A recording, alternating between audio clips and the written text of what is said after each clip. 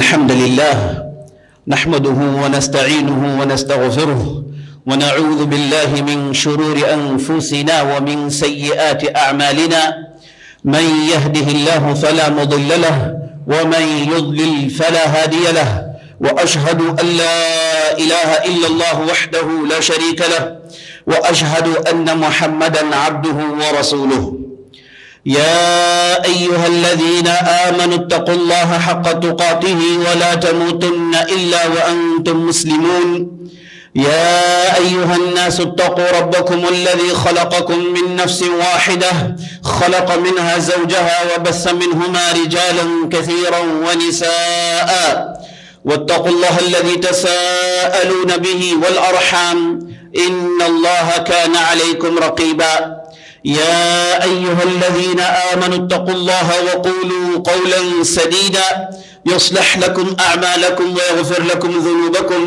ومن يطع الله ورسوله فقد فاز فوزا عظيما أما بعد فإن خير الحديث كتاب الله وخير الهدي هدي محمد صلى الله عليه وسلم وشر الأمور محدثاتها وكل محدثة بدعة وكل بدعة ضلالة وفي رواية وكل ضلالة في النار فأعوذ بالله السميع العليم من الشيطان الرجيم ولا تمدن عينيك إلى ما متعنا به منهم زهرة الحياة الدنيا لنفتنهم فيه ورزق ربك خير وأبقى.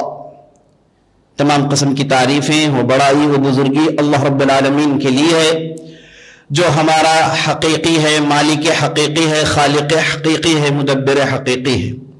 لاکھوں کروڑوں درود و سلام ہوں محمد رسول اللہ صلی اللہ علیہ وسلم پر جنہیں اللہ تعالیٰ نے سارے کائنات کے لیے رحمت بنا کر مبعوث کیا. میں بارگاہ عزی میں دست بدعا ہوں کہ اللہ سبحانہ و تعالی جس طرح ہمیں اس مبارک مجلس میں جمع کیا ہے اسی طرح ہمیں جنت الفردوس میں جمع کریں، آمین یا رب العالمین. موضوع خطبہ ہے آخرت کی تیاریاں. میں اس موضوع کی وضاحت کے لیے آپ صلی اللہ علیہ وسلم کے زمانے میں ایک جو واقعہ پیش آیا ہے اس کی مدد ضرور حاصل کروں گا. مستدرک حاکم کی روایت ہے، صحیح روایت ہے کہ آپ صلی اللہ علیہ وسلم ایک سفر میں ایک بدوی صحابی کے پاس مہمان بن کر رہتے ہیں. تو وہ صاحب نے خوب خاطر مدارات کی، آپ صلی اللہ علیہ وسلم کی مہمان نوازی کی. تو جب آپ صلی اللہ علیہ وسلم جا رہے تھے تو آپ صلی اللہ علیہ وسلم نے ان سے کہا کہ آپ جب بھی مدینہ آئے ہم سے ملاقات کرنا اور ہمیں خدمت کا موقع دینا. تو ایسے ہی ہوا. چند ایام کے بعد وہ صاحب مدینہ آئے اور نبی صلی اللہ علیہ وسلم کے پاس مہمان رہے. اور جب جا رہے تھے تو آپ صلی اللہ علیہ وسلم نے ان سے کہا کہ اے صاحب آپ کو کیا چاہیے؟ آپ صلی اللہ علیہ وسلم نے کھلا آفر دیا، کہا کہ بھائی مانگو، تمہیں جو چاہیے مانگ لو. چونکہ ہم آپ کے ہاں مہمان رہے تو آپ کا حق بنتا ہے کہ آپ ہم سے مانگیں. تو آپ صلی اللہ علیہ وسلم نے کہا کہ بتاؤ تمہیں کیا چاہیے. تو وہ صاحب نے تھوڑی دیر سوچنے کے بعد کہا کہ مجھے ایک ایسی اونٹنی چاہیے جس پر میں سوار ہو سکتا ہوں، اور مجھے ایسی بکری چاہیے جو دودھ دیتی ہے. تو نبی صلی اللہ علیہ وسلم نے یہ صاحب کے اس مانگ کو سن کر آپ صلی اللہ علیہ وسلم نے کہا کہ کیا تم بنی اسرائیل کے اس بوڑھی سے زیادہ کمزور پڑ گئے ہو؟ تو صحابہ نے پوچھا یا رسول اللہ وما عجوز بنی اسرائیل، آپ جو کہہ رہے ہیں بنی اسرائیل کی بوڑھی یہ کون ہے؟ تو آپ صلی اللہ علیہ وسلم نے اس کے بعد ایک واقعہ سنایا.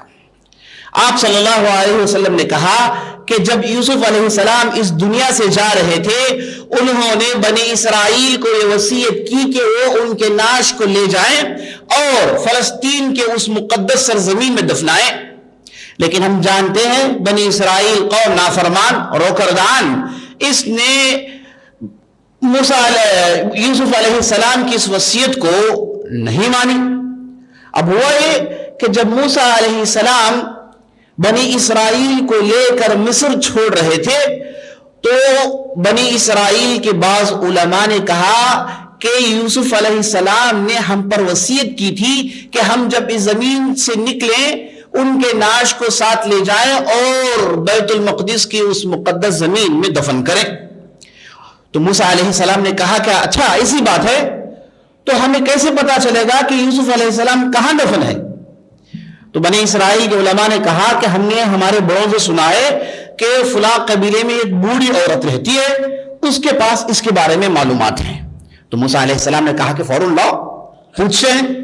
تو فوراً اس بوڑھی کو حاضر کر دیا جاتا ہے، اور یہ بوڑھی اتنی کھوسٹ تھی کہ اس کے پیٹ میں کہن آ گیا تھا اور سارے بال اس کے سفید تھے اور آبرو نیچے کو آ رہی تھی. تو موسیٰ علیہ السلام نے اس بوڑھیا کو دیکھا تو فوراً کہا کہ چلو بتاؤ کہاں ہے یوسف علیہ السلام کی نعش، کہاں ہے یوسف علیہ السلام دفن.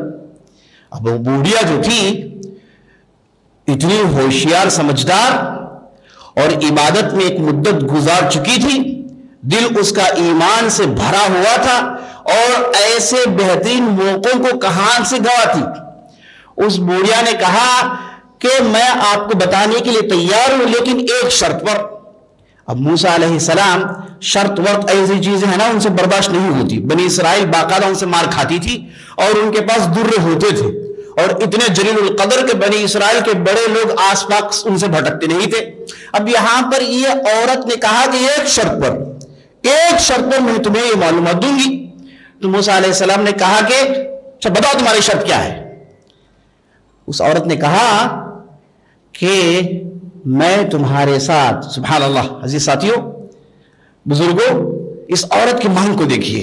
اس عورت نے یہاں پر یہ نہیں کہا کہ آپ چلے جائیں فلسطین میں تو مجھے اتنی زمین دیجئے، اتنی دولت دیجئے، فلان دیجئے، دنیاوی چیزوں کو اس نے مانگا نہیں.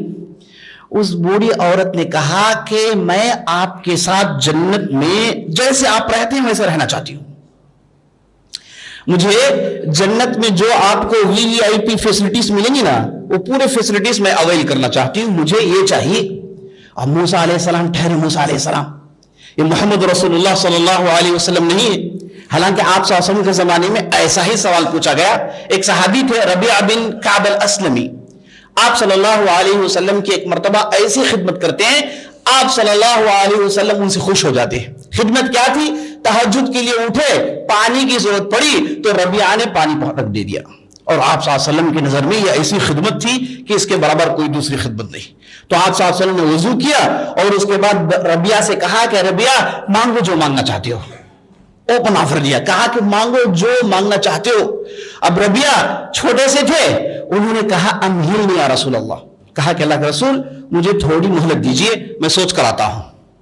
اب گئے، تھوڑی دیر کے بعد کہا جاتا ہے بعض دنوں کے بعد آئے اور آ کر انہوں نے کہا کہ یا رسول اللہ میں نے سوچ لیا ہے.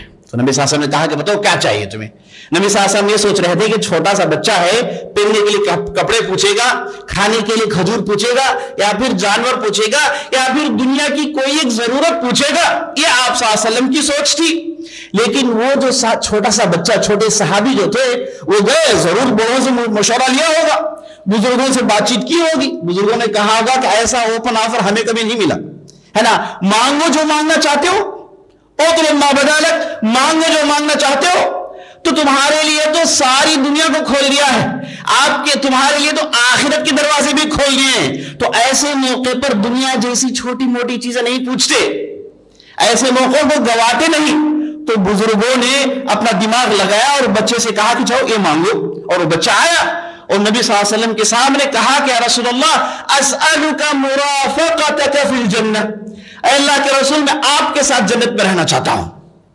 نبی صلی اللہ علیہ وسلم نے کہا او غیر ذالک، بھائی کوئی دوسری چیز مانگو، کیا مانگ رہے ہو؟ چھوٹی منہ بڑی بات ہو گئی نا، چھوٹے سے بچے ہو. آپ صلی اللہ علیہ وسلم سمجھ گئے کہ نہیں پیچھے بزرگوں کا دماغ ہے، کسی نے زبردست رائے دی ہے تو بچہ یہ مانگ رہا ہے. تو نبی صلی اللہ علیہ وسلم نے کہا او غیر ذالک، کوئی دوسری چیز ہے؟ تو اس بچے نے کہا نہ ہوا ذاک یا رسول اللہ، نہیں مجھے وہی چاہیے اللہ کے رسول. تو نبی صلی اللہ علیہ وسلم نے کہا اذن عینی علی بکثرۃ السجود، اگر یہی معاملہ ہے تو تمہیں زیادہ سجدے کرنے پڑیں گے، تم زیادہ سجدے کرنے کی گارنٹی دو، میں تمہارے مانگ کو پوری کرنے کی گارنٹی دیتا ہوں. تو نبی صلی اللہ علیہ وسلم نے اس بچے کے مانگ کو مانگ لیا اور پورے کرنے کا وعدہ کیا. اب یہاں پر موسیٰ علیہ السلام تھے اور یہ بوڑھی کھوسٹ نے کہا کہ میں تمہارے ساتھ جنت میں ساتھ رہنا چاہتی ہوں. تو موسیٰ نے کہا کہ چھوٹی بھی بڑی بات, کہا کہ خاموش ہو, نہیں رہیں گے ہم. کہا کہ یہ مانگ تمہاری پوری نہیں ہو سکتی, کیا مانگ رہی ہو؟ حالانکہ ہمارے ساتھ بڑے بڑے علماء, بڑے بڑے بزرگ ہیں, کسی نے نہیں مانگا, تم کیا مانگ رہی ہو؟ اور بڑھیا خاموش رہ گئی. اور اللہ سبحانہ و تعالیٰ نے آسمان سے موسیٰ کی طرف وحی کی, کہا کہ آتیہا ما شاءت, کہا کہ وہ جو مانگ رہی ہے اس کو پورا کرو یا موسیٰ. آسمان سے وحی آئی. اب تصور کریں کہ اس بوڑھیا کے دل میں کتنا ایمان رہا ہوگا, اور بوڑھیا کیسی زبردست پابند رہی ہوگی, کیسی زبردست عبادت گزار رہی ہوگی کہ اللہ سبحانہ و تعالیٰ اس بوڑھیا کے لیے ایسا موقع نکالا جس کے انتظار میں اس کی پوری زندگی گزار دی. بوڑھی ہو گئی نا, اور ایسے معلوم ہوتا ہے کہ یہ جو اس کے پاس علم تھا یوسف علیہ السلام کے قبر کی جگہ کا, اس علم کا وہ بھرپور فائدہ اٹھانا بہت دنوں سے سوچ رہی تھی. اور جیسے ہی موقع ملا اس نے کہا کہ بھائی مجھے آپ کے ساتھ جنت میں رہنا ہے, اسألک مرافقتک فی الجنہ. اور موسیٰ علیہ السلام کو جب آسمان سے وحی آئی, موسیٰ علیہ السلام نے کہا کہ بلا اس بڑھیا کو. اور بڑھیا آئی تو کہا کہ ٹھیک ہے, ہم مانتے ہیں تم جو مانگتی ہو, ہم مانگتے ہیں, ہم آپ کی اس مانگ کو پوری کرنے کے لیے تیار ہیں. اس کے بعد وہ بڑھیا جاتی ہے, اپنے ساتھ لوگوں کو لے جاتی ہے اور ایک کنویں کی طرف اشارہ کر کے کہتی ہے کہ یہاں کا پانی نکالو. اور جب پانی نکال دیتے ہیں تو ایک کونے کی طرف اشارہ کر کے کہتی ہے کہ یہاں ہے یوسف علیہ السلام کی نعش. اور جب کھود کر نکالا گیا یوسف علیہ السلام کی نعش, جبکہ 400 سال گزر گئے تھے, ایسے ہی تر و تازہ نعش تھی. اور نبی صلی اللہ علیہ وسلم نے ایک حدیث میں ارشاد فرمایا, ان اللہ حرم علی الارض ان تأکل اجساد الانبیاء, اللہ نے زمین پر حرام قرار دیا کہ وہ انبیاء کی جسموں کو کھائے. تو تر و تازہ نعش نکل آیا, اور اس کے بعد موسیٰ علیہ السلام اس نعش کو لے کر گئے اور فلسطین کے سرزمین میں دفن کیا. عزیز ساتھیو, اس واقعے سے جو چیز ہمیں اخذ کرنی ہے, جو عبرت ہمیں حاصل کرنی ہے, وہ یہ ہے کہ اس بوڑھیا نے دنیا کے بارے میں نہیں سوچا. اس کے دل و دماغ میں آخرت گھوم رہی ہے. اسے معلوم ہے کہ دنیا کی زندگی ختم ہونے والی ہے, چاہے آپ دنیا میں خوشی سے رہیں, غم سے رہیں, آپ جیسے بھی اس دنیا میں آپ نے گزار دی, یہ دنیا کی زندگی وقتی ہے, ختم ہونے والی ہے. اور آخرت جو برپا ہوگی وہی ہمیشگی ہے, وہی ہمیشگی ہے. اور یہ ایسی سوچ اس کے دماغ میں اتر گئی تھی کہ اللہ اکبر, اس نے اس موقع پر وہ مانگی. عزیز ساتھیو, آج ہمارا معاملہ کیا ہے؟ ہم تو دنیا کے ریل پیل میں پڑھ کے ہم نے تو آخرت کو بالکل آخری درجہ دیا ہے. ہمارا تو معاملہ یہ ہے کہ ہمارے ہاں کوئی وفات پا جائیں تو اس قبر کے دفن کے موقع پر تھوڑی دیر کے لیے نرمی پیدا ہوتی ہے, اور جیسے ہی قبرستان سے باہر نکلتے ہیں پھر وہی رفتار بڑھنگی جو پہلے تھی اب بھی ہے. عزیز ساتھیوں, آخرت کی سوچ یہ ہمیشہ مومن کے دل میں تازہ ہوتی ہے. آپ صلی اللہ علیہ وسلم کا زمانہ ہے, اور آپ صلی اللہ علیہ وسلم کے پاس ان کی بیویاں ایک مرتبہ آئی اور انہوں نے کہا کہ اللہ کے رسول, آپ جو خرچ دے رہے ہیں بس نہیں آتا, آپ خرچ کو تھوڑا بڑھائیں. آپ صلی اللہ علیہ وسلم غصہ آیا, آپ صلی اللہ علیہ وسلم روٹ گئے, اور آپ صلی اللہ علیہ وسلم بیویوں کے پاس نہیں گئے, ایک بالا خانے میں جا کر رہنے لگے. اور آپ صلی اللہ علیہ وسلم کو اتنا غصہ آیا, بلال سے کہہ دیا کہ اگر کوئی مجھ سے ملنا چاہے کہہ دیں کہ مصروف ہیں, آج ہم کسی سے مل نہیں سکتے. تو ایسے ہی ہوا. اب بات مدینے میں اتنی تیزی سے پھیلی, لوگوں نے یہ کہنا شروع کر دیا کہ نبی صلی اللہ علیہ وسلم نے اپنی ازواج مطہرہ یعنی اپنی بیویوں کو طلاق دے دی ہے. تو بات عمر بن خطاب تک پہنچی, اور عمر بن خطاب کی لڑکی آپ صلی اللہ علیہ وسلم کی بیوی جن کا نام حفصہ تھا. تو عمر بن خطاب بے قرار ہوئے اور وہ دوڑ کر نبی صلی اللہ علیہ وسلم سے ملاقات کرنے کے لیے گئے. تو لوگوں نے کہا کہ نہیں, اس بار بالا خانہ میں بیٹھے ہیں, کسی سے ملنے کا ارادہ نہیں ہے. عمر بن خطاب چلے گئے, اور ان کی قربت, ان کا لگاؤ محمد رسول اللہ صلی اللہ علیہ وسلم سے کون نہیں جانتا. اور گئے, دیکھا کہ بلال کھڑے ہوئے ہیں, اور بلال سے کہا کہ جاؤ بلال کہو کہ عمر ملنے آئے ہیں. بلال رضی اللہ نے کہا کہ نہیں, اس بار کسی سے ملنے کے لیے تیار نہیں ہے. عمر بن خطاب نے اصرار کیا, کہا کہ نہیں, جاؤ کہو کہ میں ملنے آیا ہوں. تو بلال اوپر گئے, جا کر کہا اللہ کے رسول, اس بار آپ سے ملنے کے لیے عمر بن خطاب آئے ہیں. تو نبی صلی اللہ علیہ وسلم نے جیسے عمر بن خطاب کا نام سنا کہا کہ اندر بھیج دو. تو عمر بن خطاب گئے اوپر اور آپ صلی اللہ علیہ وسلم کے اس کمرے کی حالت دیکھ کر, کائنات کا بہترین نبی ہے, ساری دنیا میں بہتر انسان ہے, ان سے بہتر کوئی نہیں, ان سے افضل کوئی نہیں, آسمان سے ہم کلام ہوتے ہیں, آسمان سے وہی آتی ہے, اگر یہ چاہے تو ان کے لیے کیا کچھ نہیں تھا. لیکن کمرے کا منظر کچھ یہ ہے کہ آپ صلی اللہ علیہ وسلم چٹائی میں لیٹے ہوئے ہیں, چٹائی کے آثار گال میں ہیں, اور ایک چھوٹا سا بگونا, ایک چھوٹا سا برتن رکھا ہوا ہے, اور آپ صلی اللہ علیہ وسلم کے تکیے کے لیے چمڑی کے اندر کھجور کے ٹہنیوں کو ڈال کر تکیہ بنا لیا گیا ہے. یہی ہے کمرے کا پورا فرنیچر, 4-5 چیزیں, اس کے علاوہ کوئی چیز نہیں. اور آپ صلی اللہ علیہ وسلم کے گال میں اس چٹائی کے آثار. اور عمر بن خطاب رضی اللہ عنہ نے اس حالت کو دیکھا تو بلبلا اٹھے, چیخ کر کہا اللہ کے رسول آپ ایسے کیوں ہیں؟ اللہ کے رسول یہ کسرا, یہ قیصر, یہ تو ساری دنیا کے بادشاہ ہیں, آپ سے تو افضل نہیں, آپ سے تو بہتر نہیں, ان کی کیا حالات ہے اللہ کے رسول, اور آپ اگر چاہیں تو آپ کے لیے کیا کچھ نہیں.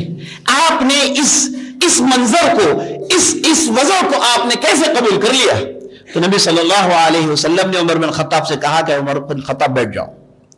عمر بن خطاب کے آنکھوں سے آنسو جاری تھے, کہا کہ عمر بن خطاب بیٹھ جاؤ. عمر بن خطاب بیٹھ گئے. تو نبی صلی اللہ علیہ وسلم نے عمر بن خطاب سے کہا اے عمر, کیا تم اس چیز سے راضی ہو کہ کیا تم اس چیز سے راضی نہیں ہو کہ وہ دنیا لے جائیں اور اللہ ہمارے لیے آخرت محفوظ کر دے؟ کیا تم اس چیز سے راضی ہو کہ نہیں ہو؟ عمر بن خطاب نے کہا کہ ہاں رسول اللہ. کہا کہ اگر اللہ چاہے اپنے بندوں کو خوب دے سکتا ہے, لیکن اللہ کی نظر میں اس دنیا کی حیثیت صرف ایک مچھر کے پر سے بھی گزری ہے. جیسے کہ حدیث میں نبی صلی اللہ علیہ وسلم کہتے ہیں لو كانت الدنيا تساوي جناح بعوضة لما سقى منه الكافر شربة ماء. نبی صلی اللہ علیہ وسلم کہتے ہیں کہ اگر اللہ کی نظر میں یہ دنیا کی حیثیت ایک مچھر کے پر کے برابر بھی ہوتی تو یہاں پر کافر کو ایک گھونٹ پانی نہیں ملتا, یہاں پر کافر کو ایک گھونٹ پانی نہیں ملتا. اللہ نے اس دنیا پر کوئی اپنی خاص رحم, اپنی خاص نظر نہیں ڈالی. اسی لیے نبی صلی اللہ علیہ وسلم نے حدیث میں ارشاد فرمایا الدنیا ملعونہ وملعون ما فیها الا ذکر اللہ وما والہ. آپ صلی اللہ علیہ وسلم کہتے ہیں کہ دنیا پر اللہ کی بھرپور رحمت نہیں ہے, ہاں دنیا میں جو حصہ اللہ سے جڑا ہوا ہے اس پر اللہ کی رحمت ہے, ورنہ عموماً اللہ نے دنیا پر رحمت کی نظر نہیں ڈالی, بھرپور اللہ کی رحمت نہیں. معنی یہ کہ دنیا کو اللہ نے زیادہ امپورٹنس نہیں دیا ہے, یہاں پر آپ کو ٹیمپرری رہنا ہے اور ہمیشہ کی جو زندگی آنے والی ہے اس کے لیے یہ تیاری کرنے کی جگہ ہے. اسی لیے نبی صلی اللہ علیہ وسلم نے عبداللہ بن عمر سے کہا یا عبداللہ اذا اصبحت فلا تنتظر المساء واذا امسیت فلا تنتظر الصباح. کہا کہ اے عبداللہ اگر تجھے صبح آ لے تو کبھی بھی یہ کوشش نہ کرنا کہ شام کا انتظار کریں, اور اگر تجھے شام آ لے کبھی بھی صبح کا انتظار نہ کرنا. کن فی الدنیا کأنک غریب او عابر سبیل. کہا کہ دنیا میں ایسے رہو گویا کہ تم راستے سے گزر رہے ہو. اگر کوئی مسافر ہے راستے سے گزر رہا ہے, راستے میں کہیں تھوڑی دیر کے لیے رک جاتا ہے تو وہ جگہ جب رکتا ہے تو اس جگہ کے لیے اس کی کیا تیاری ہوتی ہے؟ وہ صرف ادھر سونا چاہتا ہے, بس تھوڑی دیر کے لیے رہنا چاہتا ہے, اس کے بعد اسے آگے بڑھنا ہے. نبی صلی اللہ علیہ وسلم کہتے ہیں کہ یہ جو تھوڑی دیر کے لیے مسافر رکتا ہے نا, یہی ہے دنیا کی حیثیت, کیونکہ مومنین کو اور سفر میں آگے بڑھنا ہے. یہ دنیا صرف چند ایام کی جگہ ہے اور یہ ختم ہونے والی ہے. یہ دیکھنے کے لیے چمکتی ہے ورنہ اس کے اندر کوئی جگمگاہٹ نہیں, اس کے پیچھے پڑنے والوں کو دھوکہ ہوتا ہے, اس کے علاوہ کچھ اور نہیں ہوتا. ہاں اللہ نے دنیا بنایا اور مومنین کو اس میں ڈالا. الذی خلق الموت والحیات لیبلوکم ایکم احسن عملا. اللہ نے یہاں پر موت اور حیات کو رکھا تاکہ دیکھیں بندوں میں ان کے اعمال کس کے بہتر ہوتے ہیں، ان کے اعمال کے مطابق جنت میں انہیں درجہ دیا جائے۔ تو اللہ نے مومنین کو بنایا جنت کے لیے۔ ہاں چند ایام ہم دنیا میں رہتے ہیں، لیکن افسوس ہم میں سے بہت سارے لوگوں نے اس دنیا کو ہمیشہ کی جگہ سمجھ لیا اور دنیا ہی کے لگے ہوئے ہیں، کبھی آخرت کی سوچ انہیں آتی ہی نہیں۔ اگر ایسی حالت ہو تو اس سے بڑا دھوکہ کچھ اور نہیں، اس سے بڑا دھوکہ اور کچھ نہیں۔ آپ صلی اللہ علیہ وسلم ایک حدیث میں ارشاد فرماتے ہیں لا تزول قدم عبد حتى يسأل عن اربع، کہتے ہیں کہ قیامت کے دن بندے کے پیر ہلیں گے نہیں جب تک کہ وہ 4 سوالات کے جوابات نہیں دے دیتا۔ پہلا سوال عن عمره فيما افناه، اسے جو عمر ملی ہے 60 سال 70 سال 40 30 20 جو بھی اسے عمر ملی ہے، ان عمروں کو اس نے کہاں صرف کیا، اس وقت کو، اس ٹائم کو، اس کا کیا کیا، اس ٹائم کا کیسے استعمال کیا۔ یہ جو وقت ہے، یہ جو ایام گزر رہے ہیں، یہ جو رات بیت رہے ہیں، اور یہ جو وقت ملا ہوا ہے، یہ بہت بڑی نعمت ہے، اور اس کے بارے میں پہلا سوال ہوگا۔ ہم میں سے بعض لوگ جو وقت گزارتے ہیں ان کے پاس وقت کی اہمیت ہوتی نہیں، وقت ان کے لیے کچھ ہے ہی نہیں۔ وقت ایسی چیز ہے جس سے آپ نیکیاں کما سکتے ہیں، وقت ایسی چیز ہے جس میں آپ نیکیاں لوٹ سکتے ہیں۔ نبی صلی اللہ علیہ وسلم نے ایک حدیث میں ارشاد فرمایا جب جنتی جنت میں چلے جائیں گے تو انہیں تو خوشی ہوگی، خوشی میں ہوں گے، لیکن ایک حسرت ہوگی، جنتیوں کے دلوں میں ایک حسرت ہوگی، اور وہ حسرت کیا ہے؟ وہ حسرت یہ ہے کہ اے کاش اور میں عبادت کیا ہوتا، کتنا اچھا ہوتا اور میں عبادت میں صرف کرتا اپنا وقت، کتنا اچھا ہوتا اور نیکیاں کماتا، کتنا اچھا ہوتا اور اللہ کے راہ میں صدقہ کرتا، کتنا اچھا ہوتا اور میں اس وقت کا بھرپور استعمال کرتا۔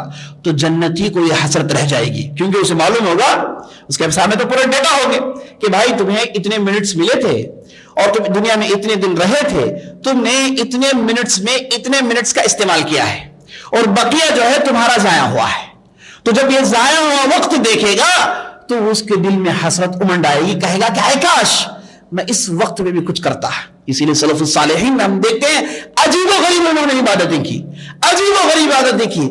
بعض ایسے سلف الصالحین میں افراد گزرے ہیں جو روزانہ 100 رکعت پڑھتے تھے، بعض ایسے بھی گزرے جو روزانہ 200 رکعت پڑھتے تھے، اور ایسے بھی گزرے ہیں جنہوں نے ایک دن روزہ رکھا ایک دن روزہ چھوڑا، ایسے بھی گزرے ہیں جنہوں نے ہر سال اپنی دولت کا آدھا حصہ اللہ کے راہ میں صدقہ کیا، ہر سال یہی کام تھا، پوری دولت کو جمع کرتے۔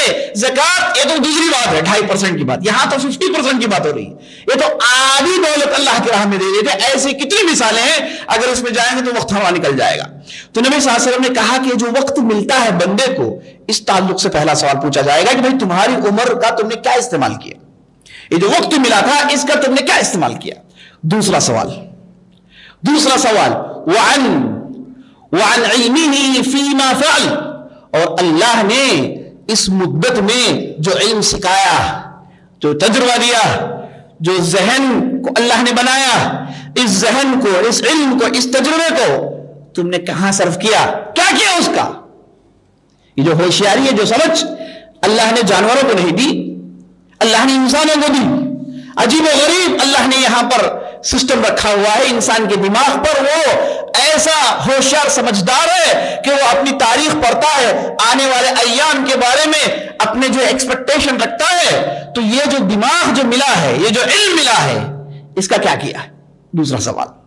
اور تیسرا سوال عن ماله فيما اكتسب وفيما انفق، تیسرا سوال یہ ہے کہ جو دولت ملی تھی، جو مال ملا تھا، اسے کیسے کمایا اور کہاں صرف کیا۔